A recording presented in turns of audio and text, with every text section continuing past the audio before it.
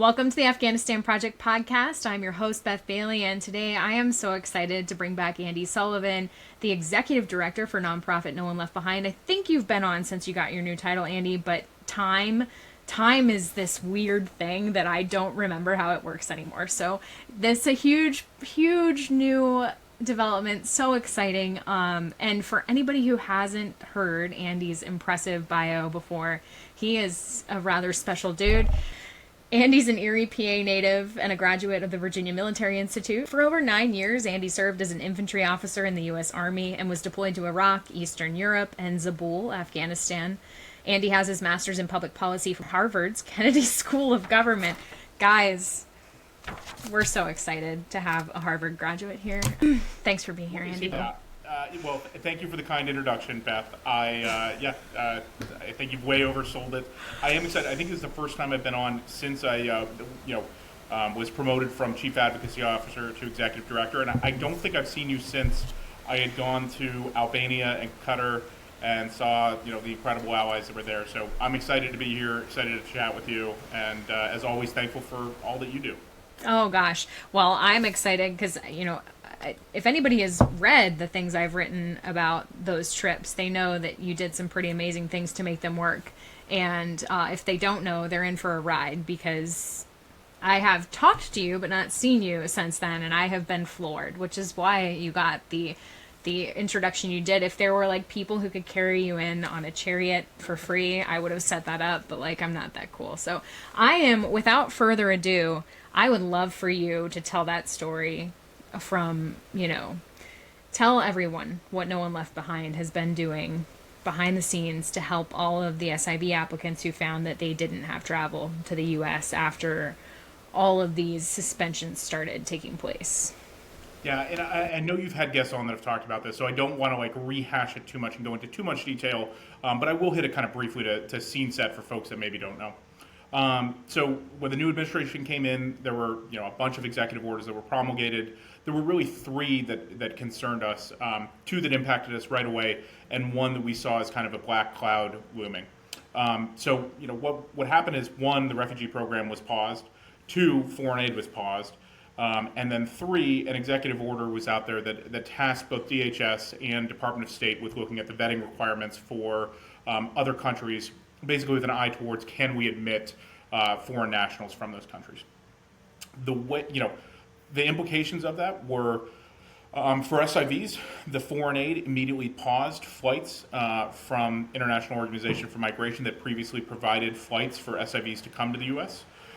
It also paused the Refugee Resettlement Agency's work to assist and provide reception and placement for those recently arrived SIVs. Obviously, it paused the refugee program, which was terribly important in and of itself, because you have edge cases that they're not SIV eligible for one reason or another, but they are wartime allies. They do deserve a pathway to safety, and now unfortunately they can't travel. The way we saw it is, we believed we had a very closing window to be able to support these SIVs, specifically the ones that were stuck on State Department platforms in Albania, in Shingen, Albania, and then also at Camp Asliya in Qatar. We assumed we had about 80 days to do it because we thought that the executive order that was tasked to look at the ability to vet foreign nationals was likely that Afghanistan was going to be a place that we were going to restrict travel from. And we assumed that SIVs were not going to be exempted from that. We assumed that they would no longer be able to travel. So we basically immediately tried to save as many people as we could. I went to Albania first, so flew to Tirana, then went to the platform in Shingen. The platform there was incredible. It's actually the Raffaello Hotel. I think it's the model for how we should do this. It's a public hotel. Afghans there had the freedom of movement to really move around the city of Shingen. Kids went to school. Absolutely the model to me. It's right on the Adriatic. It's really quite beautiful. But there were 209 Afghans that were stuck there that we wanted to help get them to travel. So myself, three incredible Afghan Americans that are part of my team deployed out there. And I will say, one of them is Haroon, our Director of Evacuations, full-time employee. The other two are incredible Afghan women, Sonia and Akila. They actually have full-time jobs, not related to No One Left Behind, and they just decided to take their own paid time off to come work for us as a contractor, they originally did it and said like, hey, I want to go, let me go, before we even had a contract. They were willing to just do it for free because that is who they are. But we went there. We evacuated. I said 206, or excuse me, 209. It actually was 206. So we helped move those 206 folks off of the platform. No cost to them at all. Came to the U.S., resettled. There are some really fun, exciting, interesting cases in all of these that I'm happy to like share some of them. One of the first ones was a woman was like 36 plus weeks pregnant and had expiring, visas in the next week and a half. And we were terrified, like, okay, if we don't get you out of here, I don't know that we will, and you're gonna live in Albania now, if not somewhere else. So we need to get you. I have no idea how we managed to get an OBGYN to write her a letter to fly. I was terrified the entire flight. I'm like, all right, there's about to be a baby born over the Atlantic. Did not happen. And so thankfully, she had her child, an American citizen, in San Antonio like a week after she arrived. So that was one that was very skin of the teeth, a little cowboy on, but I'm glad we did it. So we managed to get them out. We then said, hey, we need to recreate this. Let's do this in Doha. And so then flew to Camp Asaliya. This time brought two incredible Afghan Americans. Again, no full-time employees. These were folks that have other jobs.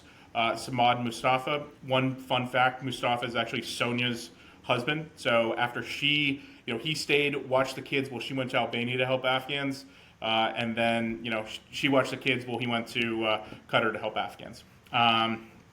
And so we moved as many people as we could. And really for us, it was one of those, at the time, we knew we would be quicker to be on the ground to talk with Afghans because they could explain, hey, here are the family dynamics, here are the needs.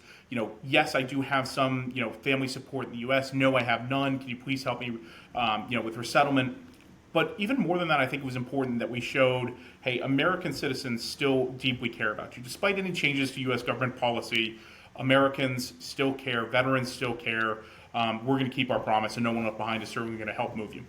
And so, we moved hundreds from Doha. That mission has continued, so we actually are now up to 462 folks that we've helped off of CAS to the U.S.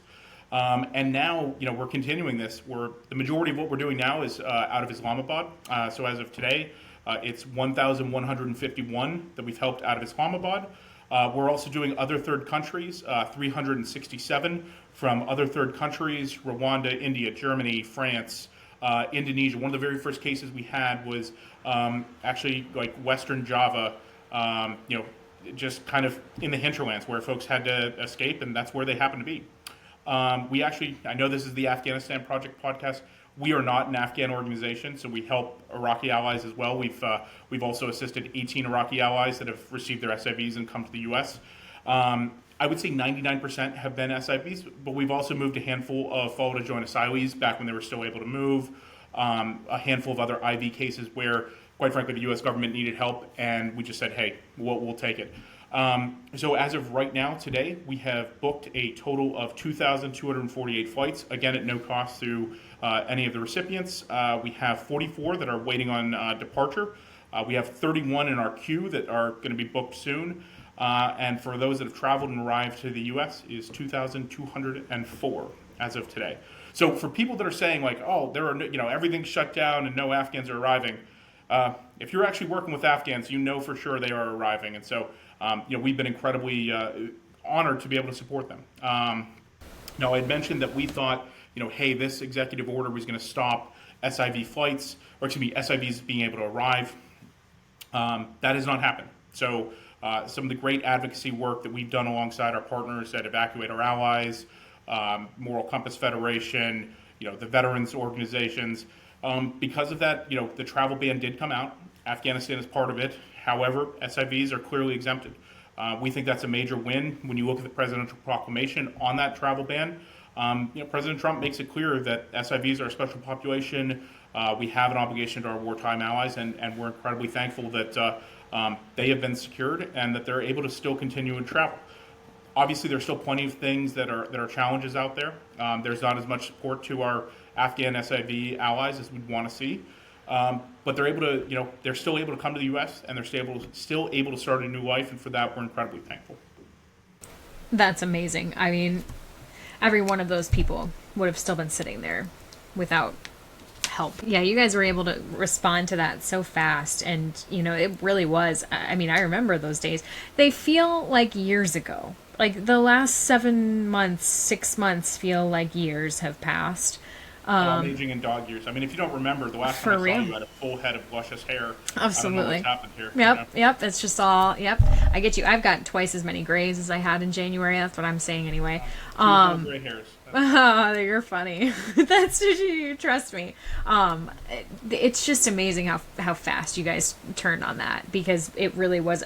I remember sitting at a restaurant and just the travel ban article in the New York Times coming out, and just everything sunk, to my feet. And I thought, what is going to happen, and how, and instead of having you guys' hearts sink to your feet, you said, what can we do?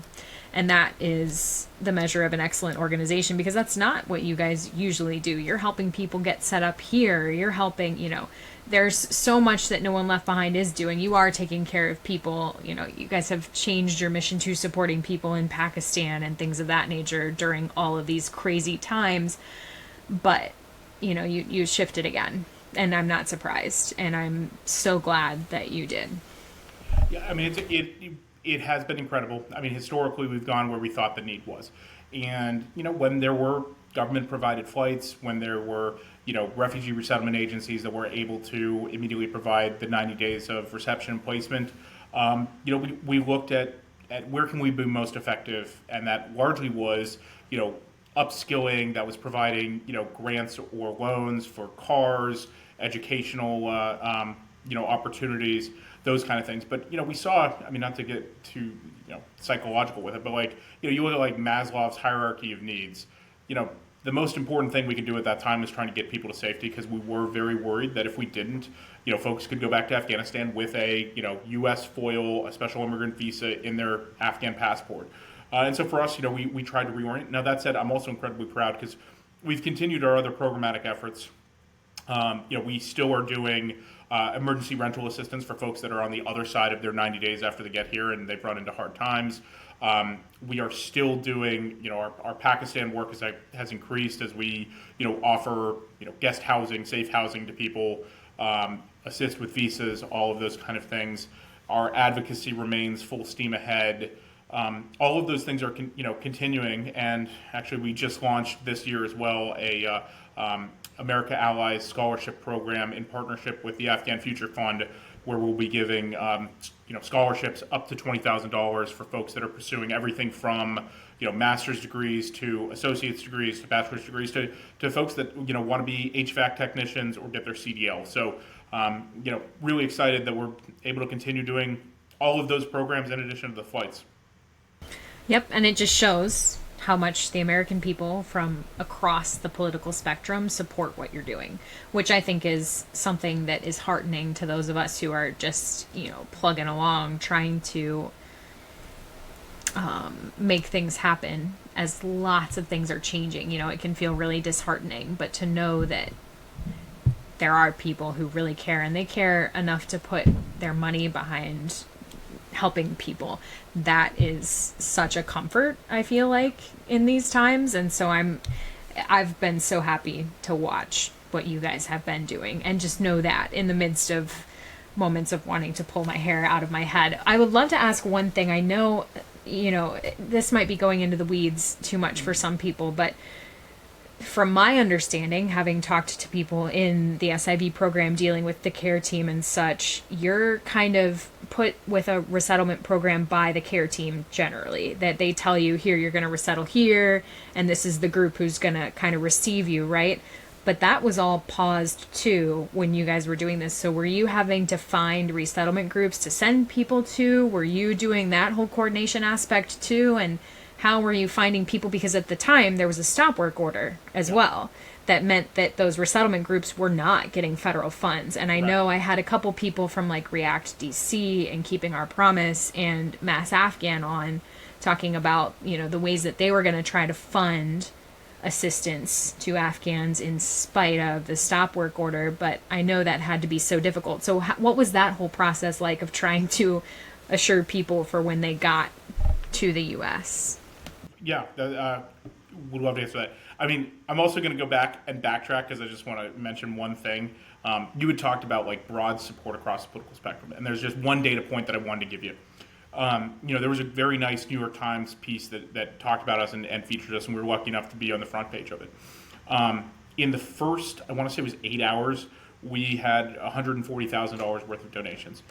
The average size of the donation was, I believe, $144. And so it talks, that if you want a metric that speaks to like the broad swath of support, where it is truly everyday Americans that have said like, yes, this is something that's important to us. So that's just one kind of data point that I wanted to share with you, because I think it does speak to, this resonates across the political spectrum, and it resonates with everyday Americans.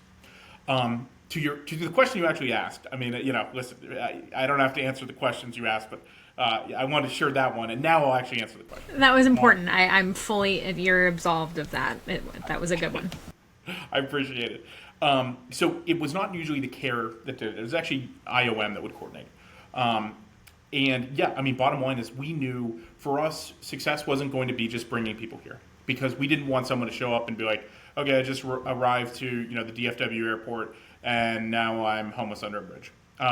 We knew that could not happen. So, my team, some incredible individuals, Max Slaughter from my team, Josh Emerson, really started, trying to forge new relationships with the orgs that were still able to support. Because to your point, a lot of the refugee resettlement agencies, had stop work orders because the government had paused the money flowing to them.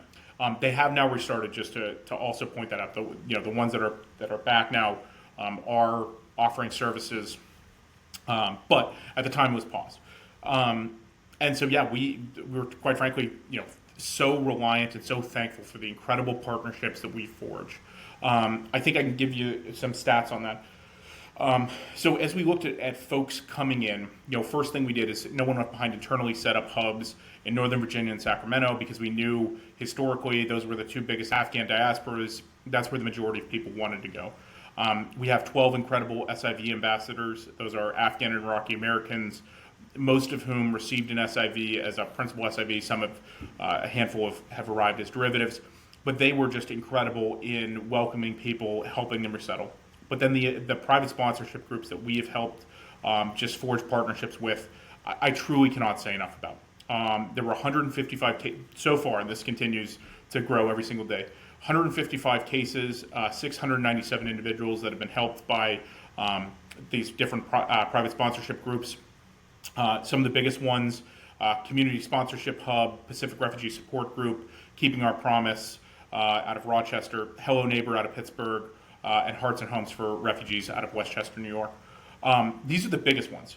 I think the ones that are honestly sometimes the most impactful are the smaller ones. And we've seen incredible support from local groups in Tulsa, Oklahoma, in Montana. I mean, just really incredible, where you don't necessarily always assume that Afghans are going to go. Vermont is another one. I don't want to forget them. And you don't always assume that Afghans or refugees are going to go there, but they have been incredibly welcoming. And again, smaller groups that are just coming together to help keep our promise. It's been incredibly inspirational. We've been just so thankful for them. Yeah.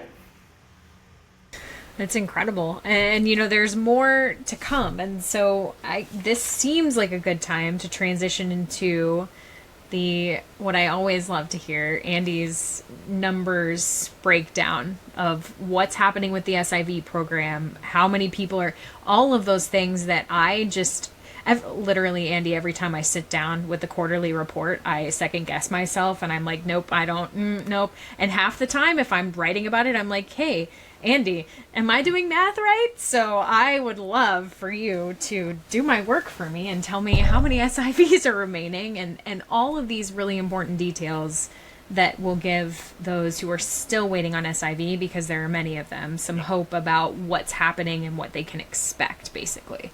Yeah, well, firstly, Beth, I think you and I are the only two that are like, oh man, Andy's going to squawk numbers for 4 minutes. I can't wait for this. I don't know that you're really meeting what your audience wants, but I'm happy to do it.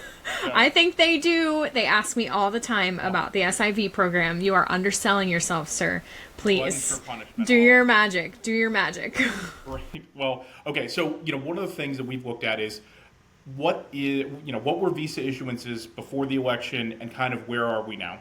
And so I'll give you the high water mark for, fiscal year 2024. In December, and also, sorry, let me back up. The way that I've tracked these, it gets a little confounding here, but this is a mix of both the 602B, the Afghan SIV program, the 1059 SIV program for interpreters and translators, and the 1244 program for Iraqi interpreters.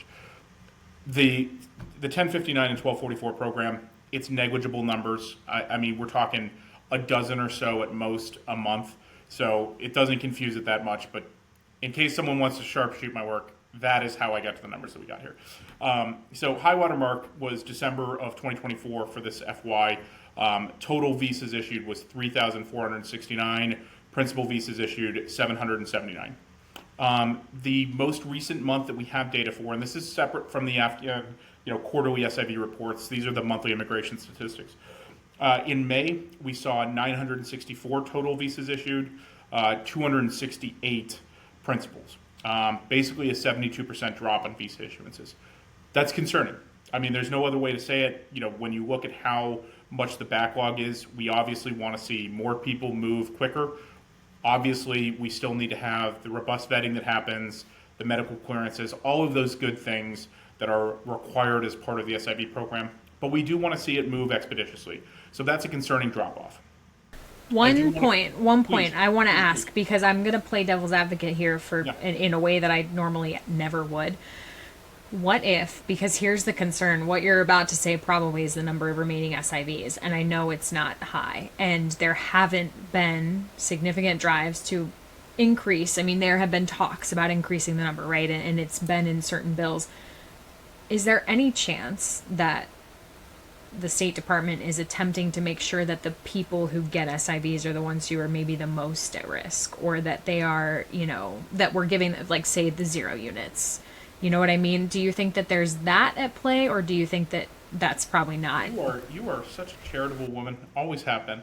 My sense is no. I think when I look at the drop-offs, the reason that I assess it, couple of factors. One, there are just fewer Afghans to interview at the platforms, right? Like when you had Afghans going to platforms with care-provided flights from Kabul to, Frankfurt when that platform was open, Tirana, Cass, you have a captive audience there that, you can interview more quickly. So you just fundamentally have, fewer packs to interview. I think you're also seeing fewer interviews at other embassies. I look at one kind of case study, Baghdad. Baghdad is currently paused for SIV interviews, and Baghdad actually had been fairly popular, not just for the Iraqi SIV, but it was a top 10 post for Afghan SIVs as well. And so there had been a pause, just quite frankly, due to some of the fraught, nature of the current Middle East and concerns around attacks on the embassy. We're also seeing, a pause. I'll give you one anecdote. We helped a case, thankfully, that did arrive and got here safe. But it was a case that was in Kigali, but still had, I believe, in Islamabad or Kabul, can't remember where the case was at, but one of those two locations. The case was important to somebody that was a senior director at the NSC, and despite me telling, working with CARE to be like, hey, this is really important to the White House, can we transfer this case? They kind of fought with us for a little bit. So it took us a few weeks to transfer that case, because they're just accepting no new cases in Kigali. I think we're going to see that in other embassies soon too, and so you're just seeing fundamentally a slowdown there. Lastly, I think you're seeing a harder time in third countries where Afghans are going to process out of largely Pakistan, but it's not going to be just Pakistan. I mean, we've heard concerning reports out of Tajikistan as well. And so for all of those reasons, as much as I would love to say that it's a thoughtfulness, I think you're giving a little too much there. And, again, I say that as with love and respect to the incredible folks at the State Department. Appreciated. And now please continue. You were talking about the 78% decline, did you say? Between 72%. 72%. But I did want to okay. contextualize it. Yeah. So obviously concerning. I did, one of the things that I do look at though is, what was it like in previous administrations, both, the previous Trump administration and then the previous, the Obama administration before it. And again, totally different situations because, I looked at 2018 and 2016. Obviously, the country then was not run by the Taliban, although, candidly, if you served in Afghanistan, unless you were in like provincial capitals, it seemed like a lot of that country was run by the Taliban. That was my experience, anywho's. So, I did look, this is a 3-month running average. So, I talked about the decline that happened since December. The monthly average from March, April, May, those are the three most recent months we have, 950 monthly average for those 3 months in 2025. 2018, Trump 45 administration, 1,025. 2016, Obama administration, 1,117. So I say that to say, yes, there's been a drop-off concerning. We would love to see, the numbers pick back up to what they were in early calendar year 2024. However, we are not that far off from what they've historically been. So, that's to say, hey, sky is not totally falling. But obviously, more needs to be done. And quite frankly, we need more out of the State Department. Totally fair. How many are left? So if we're talking visas remaining, again, there's such a lag in reporting. The most recent quarterly report, because unfortunately the monthly immigration statistics I just mentioned, we can glean some from, if we take the most recent quarterly report and subtract numbers, we can kind of get there. Bottom line, it's probably under 10,000 now for ones remaining, and for COM approvals, it's well over that. We've seen publicly reported that it's, I believe, 11,000. It's well north of that now, but again, because of the lagging data, I don't know, and unfortunately, that information does not come out anywhere but the quarterly reports. So, bottom line, Congress needs to act. We are going to have far more people that are on, the right side of COM approval that are eligible for the SIV program than there are, visas remaining. To the point about like what hasn't been done, I will say legislation happens in a kind of cyclical, predictable nature. Congress, when you have uniparty control for both chambers and for the executive, you're likely to see a budget reconciliation bill. We saw that. We saw that in the Biden administration. We obviously just saw the One Big Beautiful Bill pass. And so I think Congress has really been, working on that. That said, I still think there are opportunities for meaningful reform as part of the defense bill, the National Defense Authorization Act, and as part of the fiscal year 2026 appropriations bills. One of the things that we saw was a letter that came out in the House, and I believe it had over, Sonia, my advocacy director, is going to yell at me that I don't remember, but I believe it was 109 folks, 109 members of Congress that signed on, and I believe 9 of them were GOP, which was like 3 times as many as last year. Again, there's a skew there. But the fact that we had that many that signed on and said, yep, we need to do more visas for our Afghan allies, I think that gives me a lot of optimism. I certainly hope, and I think we are likely to see some of the standalone bills that we've talked about in past Congresses be reintroduced soon, and we certainly want to see that. So Afghan Adjustment Act, very important. Afghan Allies Protection Act, extremely important. That's been the base bill that, by which we've authorized more visas for the SIV program. So I'm bullish that those will be introduced soon, and I still am optimistic that we will get more visas. It's important to remember the House of Representatives was controlled in the last Congress by Republicans, and we got 12,000 visas authorized, the most in the history of the program. So I think there is a lot of opportunity for the remainder of the Congress, and as those bills ripen later into the year, I think we've got just good chances. Okay, now I'm going to play the opposite of the person I was, because I just did some math, which is always dangerous, as I've said before. Actually, I'm really not that bad at math. I wrote my essay for William and Mary on my secret love affair with BC calculus. William and Mary is an absolute top school. Second oldest school in the country. Yeah, we had, and with the oldest active academic building in the country, which is where I took Arabic classes. Yeah, it's a beautiful building, but I'm better at math than I pretend to be. I just did a quick thing where, if you got 268 principals a month with 10,000 remaining, if that's what we're looking at, it would take 37 months to dole those out. That's 3 years for people who've already waited 3.5 years. And when you're looking at groups like, and I keep bringing up the 0 units because Gita Bakshi and I have been trying to raise alarms about the fact that, it's just unconscionable to me that people who literally, without whom more Americans would have died on HKIA, almost certainly. I had, not only have I been told by sources who are familiar with them about them finding, Talibs hiding on HKIA during the overrun, but Chris Robinson from Last Deployment Project just came on, or actually by the time that we record this, or we put this out, it won't be out yet. That's coming out on August 15th, guys, so get stoked, because Chris is oh my God, that man knows so much, and he's talked to so many people who were on HKIA, and he also said, without the Zeros going in and clearing buildings on HKIA, it would have been a disaster. And, them holding the line on the perimeter, and that they don't have SIV yet.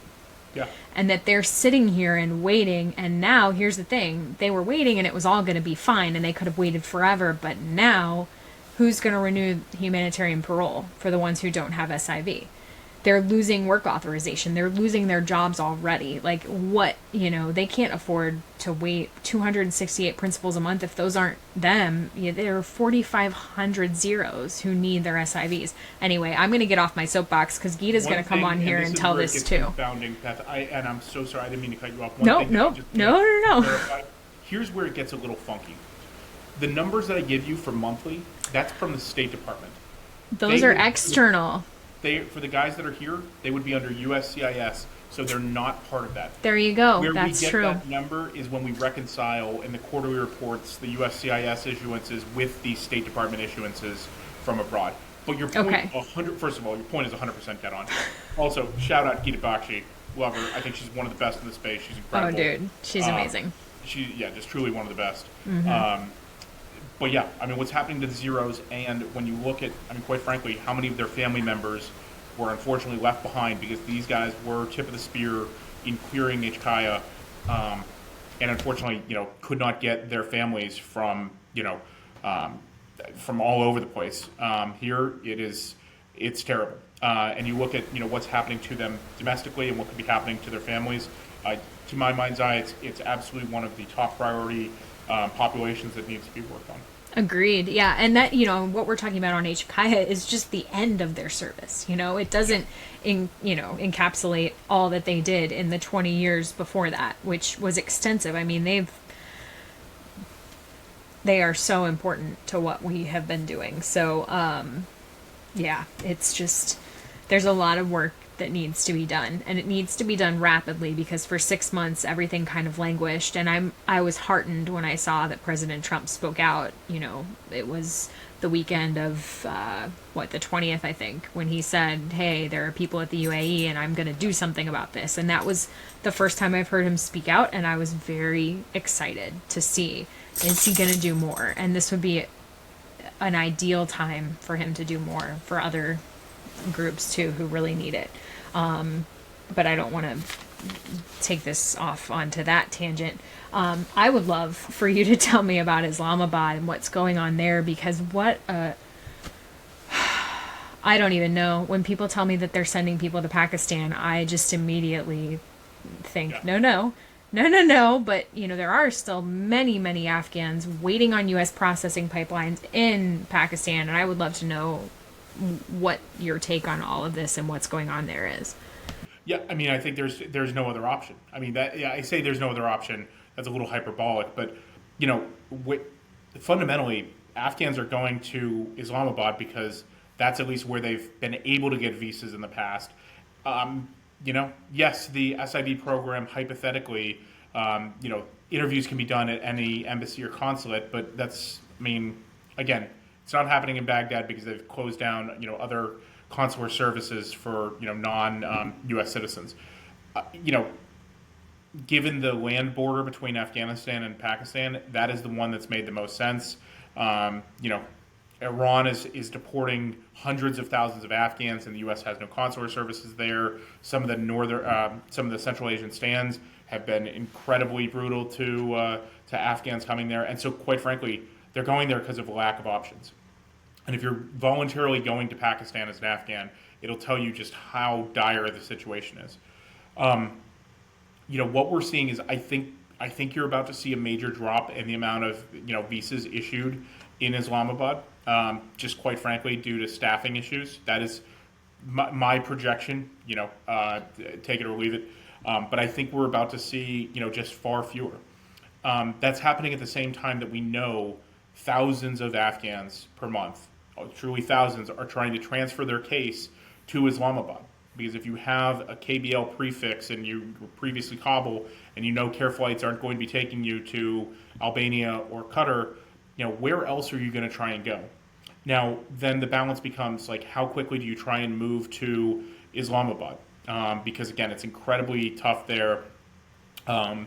It's incredibly expensive. When you look at kind of the immigration schemes that Pakistan has, it extracts a ton of money from Afghans for them to remain in compliance. Everything from the actual permits to come in, to extensions, to exit permits. It is a money-making scheme across the black, white, and gray markets there. And quite frankly, it's just tough. And what we have heard is that the care housing has gone away in Islamabad. And we've been approached by members of the USG to see if we can assist with incredibly sympathetic cases. And what is terrible for me is we can only assist the ones that we know have a pathway forward. And so I've had just really awful conversations with incredible people throughout the USG that are trying to take care, and it's not just state, it's a bunch of other organizations as well that are trying to find a place for their folks to stay because they just can't house them anymore and are relying on private philanthropic organizations to do it. But unfortunately, I just can't do it unless they actually have a pathway forward, because quite frankly, the list for our guest housing, the list to get on the stipends we offer, I just can't add people that we're going to warehouse indefinitely with no discernible path forward as a follow to join asylee or a refugee or any other number of incredibly sympathetic cases. And the most brutal ones are quite frankly the members of the Afghan National Security Forces that are women. I feel like a failure that I can't help them, but that is the stone cold reality of where we are right now. Well, and it's just horrible because I've heard now of at least 5 cases directly from volunteers of people being deported or threatened currently at this exact moment. I'm waiting in 12 minutes to find out if one girl was deported or not. Pakistan is deporting people too. Yep. And they are being completely brutal about it in their own way. It's not the same as Iran. Iran is, oh my gosh, I can't even imagine. Iran is not treating Afghans like humans in many cases. The Iranians right? Well, and they're accusing Afghans. Yeah, they're accusing them of being Israeli spies, and it's like, okay. Yes. The Afghans the Pakistanis are accusing the Afghans of being, TTP and the Pakistani Taliban because they can't they can't manage their own security situation. So, Afghans getting scapegoated for knapsack reasons isn't that funny though? Because I can't talk about Pakistan, so we're just not going to talk about Pakistan. We're gonna just say that it's great that you can help those people, and I guess my one follow up would be: are SIVs prevented from being deported? Because I know that U.S. RAP people are not being saved from deportation. Or do SIVs get some kind of letter of protection? We've not seen it. No. Okay. So it used to be the case that they would, and if I remember correctly, I think U.S. RAP as well. Anyone that had a valid U.S. immigration pathway was getting a letter that basically said, "Hey, Pakistan, do not detain, do not deport." Like that's not happening now. And so.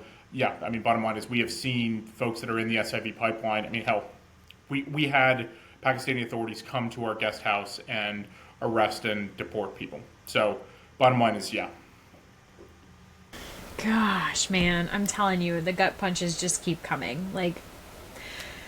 Well, okay.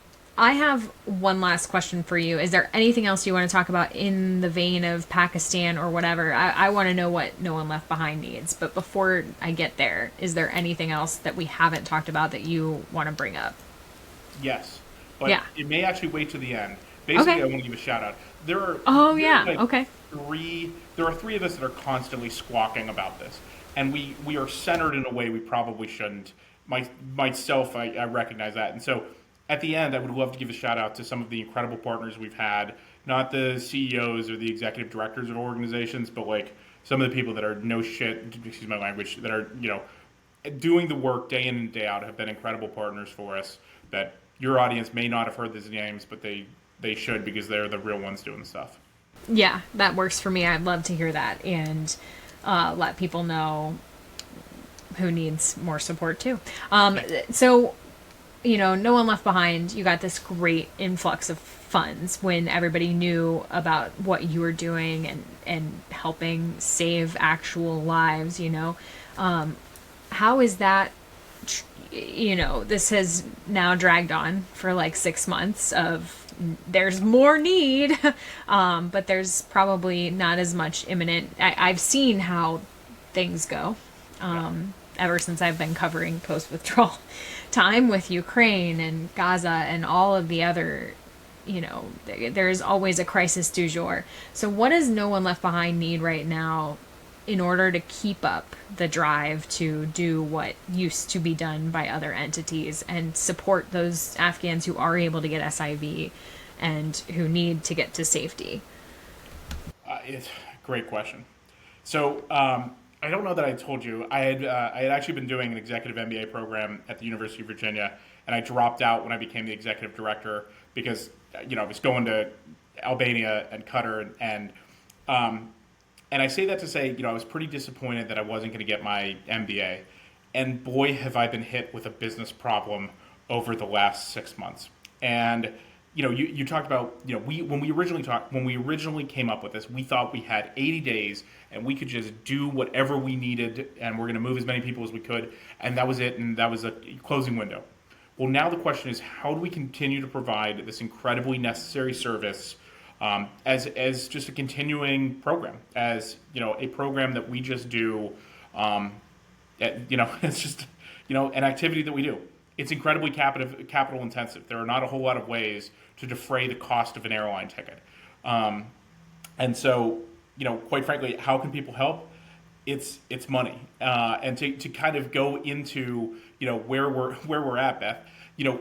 When you look at how CARE operated, or you look at how IOM operated, or you look at how some of the refugee resettlement agencies operated.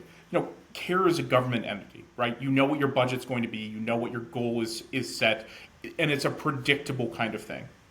With IOM and the resettlement agencies, you also had cooperative agreements. You have a per person served model where there are reimbursements and anticipated revenue on that. No One Left Behind is totally privately philanthropically funded.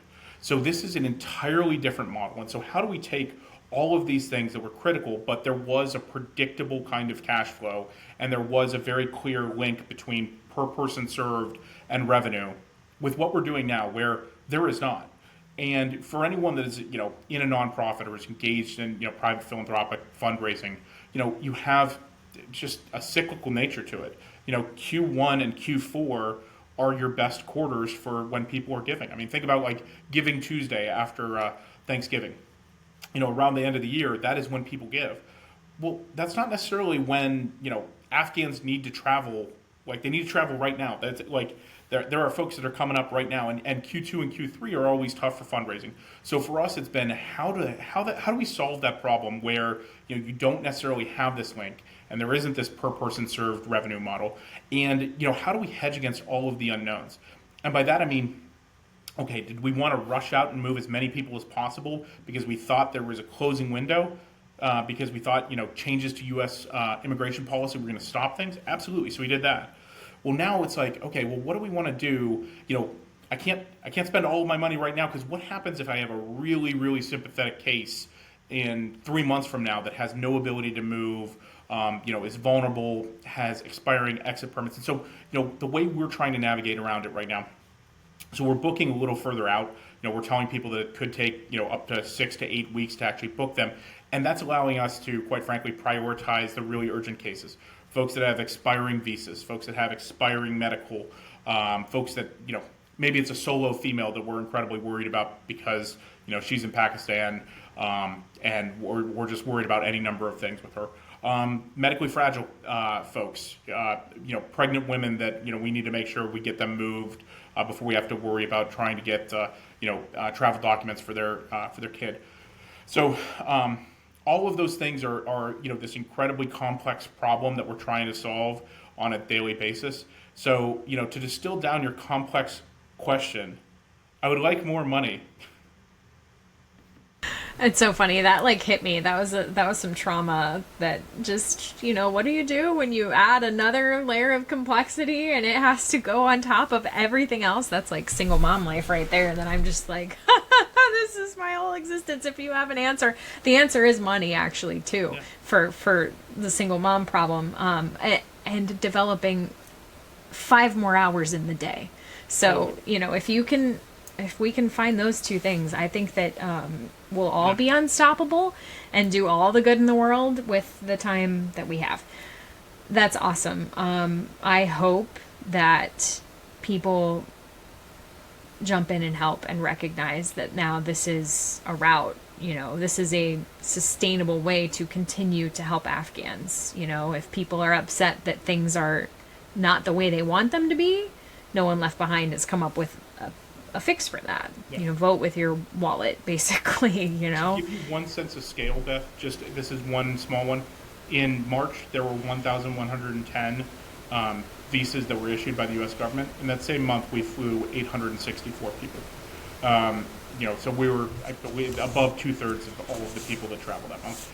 And so, truly, there are other people doing incredible work, but I think at the scale we're doing, we so far have been pretty unmatched. So, if people are interested in seeing this continue and interested in seeing, seeing this happen, I do encourage them, please tell your friends about it. I was being a little glib with money helps, but, tell the story because quite frankly, the story gets out, that is helpful for keeping our promise. And so I just want to give that small data point of hey, we want this to continue.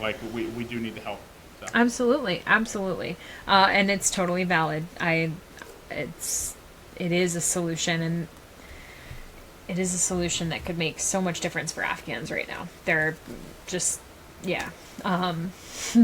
guys know how to use it. Frankly, I look at IOM. IOM had a budget last year of I think $3.7 billion with B dollars, and 1.2 of that was from the U.S. government.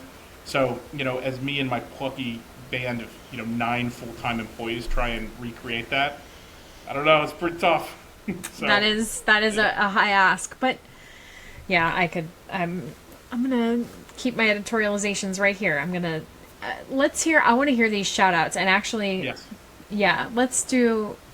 tell me who is helping, tell me who is instrumental to this process. Andy Sullivan. Firstly, this is not holistic. I would take hours to be able to talk about them, but some of the names that I do want to just shout out. Amy Robertson, Hearts and Homes for Refugees, Valerie Hellerman, Hands On Global in Helena, Montana. I will just admit, this is directly from Max Slaughter, who is our incredible resettlement coordinator.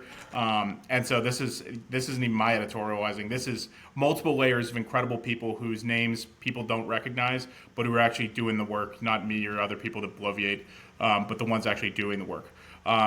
Ali Chafing, Every Campus a Refugee at Russell Sage College, Reverend Tom Lank at North Kingstown, UMC, Genevieve A.S. Rahim at the Synagogue Congregation B'nai Emuna in Tulsa, Oklahoma, Jack Roster Munley in Bennington County Multicultural Community Center in Bennington, Vermont, Jackie Saad, volunteer head of Lancaster Refuge, Emma Beadle at PRSG in Portland, Oregon, and then Kit O'Connor, who just left Community Sponsorship Hub but was incredible there.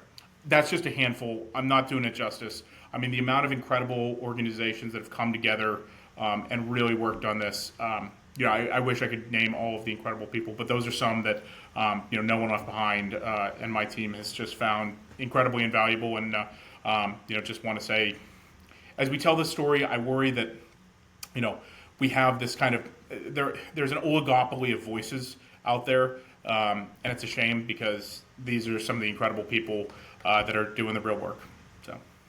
Well, and I would love to tell those people that if they want to come and talk about that work here, I would love to have them, because it's great to be able to present different levels of this, right? You guys are the national nonprofit doing a lot of these big movements, right? And helping at those small levels too, but it's great to hear the stories of a family that gets to a place and to see how they settle in that place with the unique, the job makeup of that place, or how many other Afghan individuals are there. Are they an established Afghan community? Is it a just getting off the ground Afghan community? All these things, every place is different and has different people coming in with different skills, and I would love to hear from any of those people if they want to come on and share their stories. And yeah, Andy, any other final words? Like, they could be curse words if you want, if that makes you feel good. No, I mean, Beth, again, I always love coming on here. Love what you do. And to, all of your audience out there, I hope they keep the faith, and just get involved. It doesn't have to be with No One Left Behind. It can be any one of the incredible organizations that I just mentioned there. I certainly hope that you do, reach out to No One Left Behind.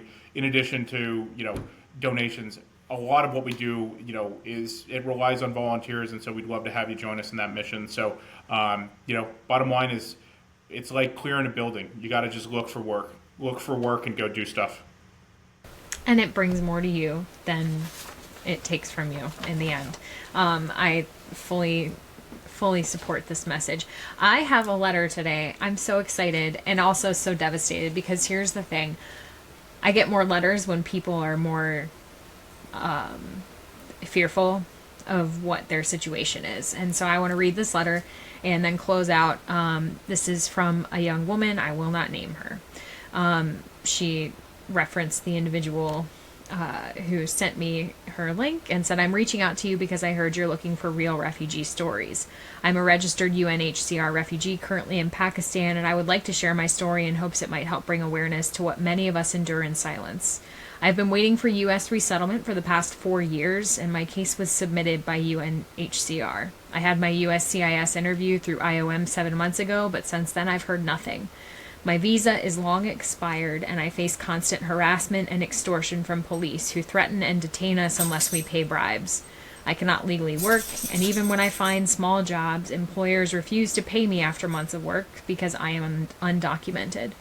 Every day is a survival struggle, financially, emotionally, and physically. I'm reaching out to you not just as a refugee, but as a human being hoping to be seen and heard. I want to share my experience truthfully and openly. I know many others are suffering like me, but few have the chance to tell their stories." I appreciate this young woman talking to me. It is a tough time. There's so much that's changed after so many years of pain, but there are people fighting all over the place, and that's why I'm glad you're here, Andy, and so many other great people who are working at all ends of this spectrum trying to make things happen. Thanks for being here, as always. It's always so good to see you and actually, not just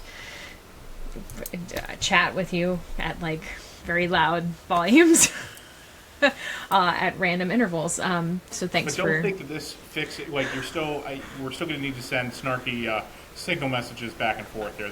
I hope this is not you being done with me for the rest of July. No, here. Definitely not. No, good. No. How do you think I survive? That's the only way I'm surviving now.